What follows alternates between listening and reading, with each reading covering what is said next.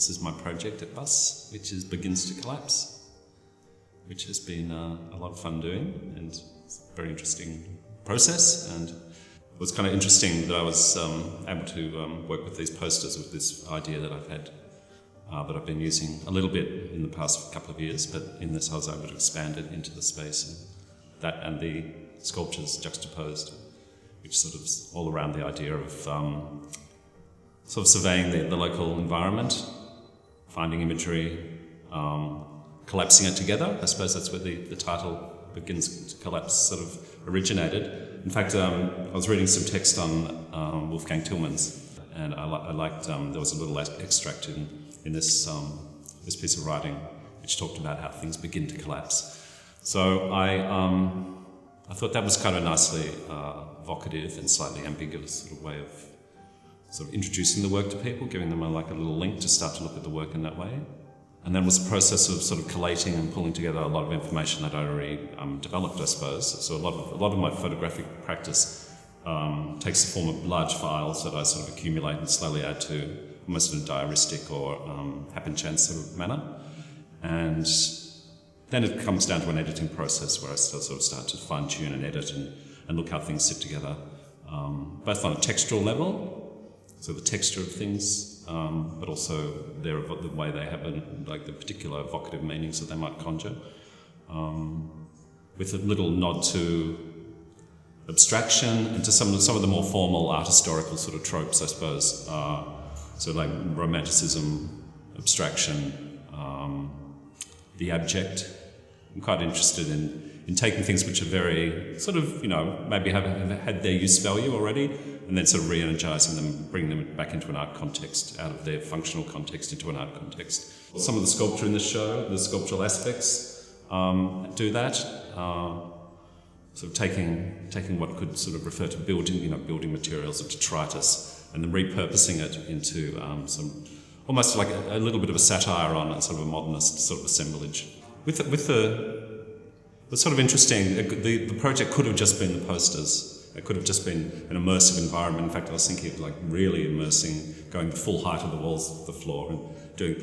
But then once I've always thought that photography or graphic art and sculpture actually works quite well together. Not necessarily painting and sculpture, but more the graphic arts. So it was about setting myself a problem.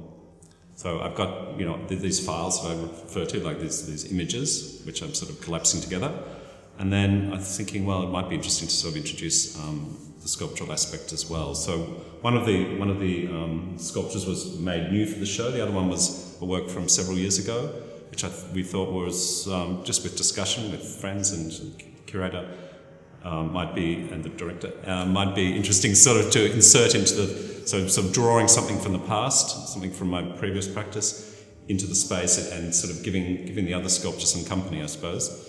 And that was very much about an assemblage, the main new sculptural work. So it was an assemblage of some, when I talk about art historical tropes, earlier, like there's certain sort of formal qualities that I've sort of evoked through the use of table sort of forms. But I also wanted to insert something that referred to the poster element in the show as a whole. So I've made a tabletop and I've inserted sort of this slightly archly sort of positioned poster into the sculpture, and then added some other sort of bits of detritus, the shoe, which I found, which was close to my house.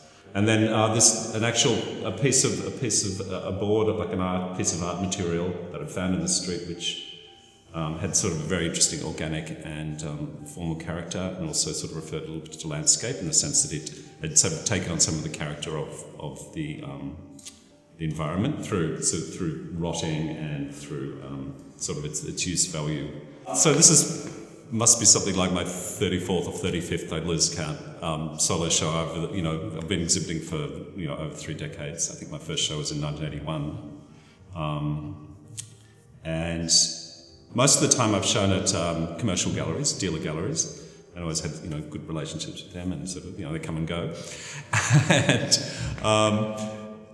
The nice thing about working in sort of an artist-run initiative sort of context like a bus or in public galleries, and I've had a few shows at public galleries. I had a show at Bendigo Art Gallery many years ago, a survey, and at Gippsland.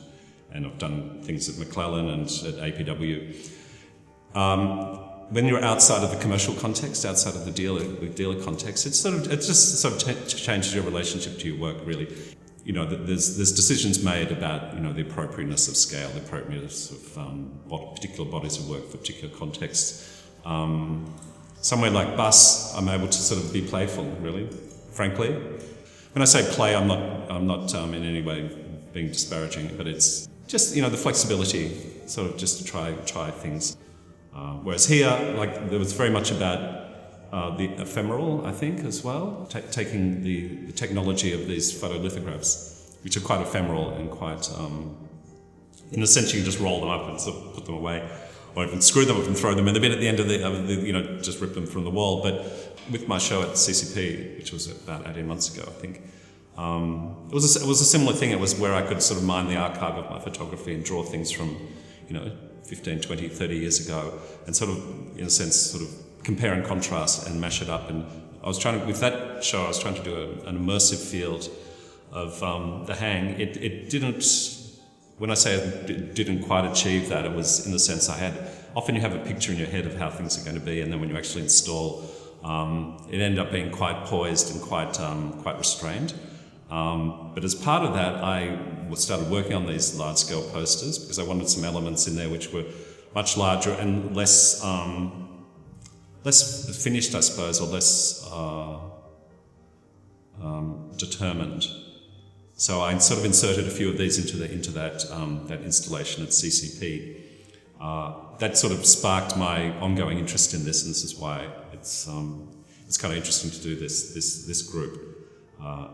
Because it's sort of expanding on that and taking it as a form in itself, you know, taking it in discrete form rather than just being part of an accumulation. They form a link back to some of my earliest work, I suppose. Some of the first work, serious work I sort of term, that I made was probably when I was still a student in the early 80s, and I was working with photo etching. So I was sort of working with that, and sort of it was kind of interesting some of the formal character of these posters. Almost looks like a big circle. It's gone back to some very early work where I was just dealing with, you know, fairly straightforward, banal photography, and then sort of importing it into a fine art context. And photography has always informed my practice right through my painting practice specifically, right through my career, my production. It's always there, sort of hovering around the edge. It's always there as reference points, even when my work sort of verges into the abstraction, because my work sort of has pretty much taken it sort of sways from abstraction to realism and back, and sort of taking elements from both realism and abstraction. And the photography, in a sense, has been sort of not an armature, but it's been like a reference point right through that. So whether it's you know, my landscape paintings or my more abstract work, there's always this photographic element, and this sort of. It's nice working, particularly with the scale of these posters, because they sort of take on a sort of a filmic or a sort of a grand sort of scale. It sort of apes in some ways some of the things I'm interested in painting.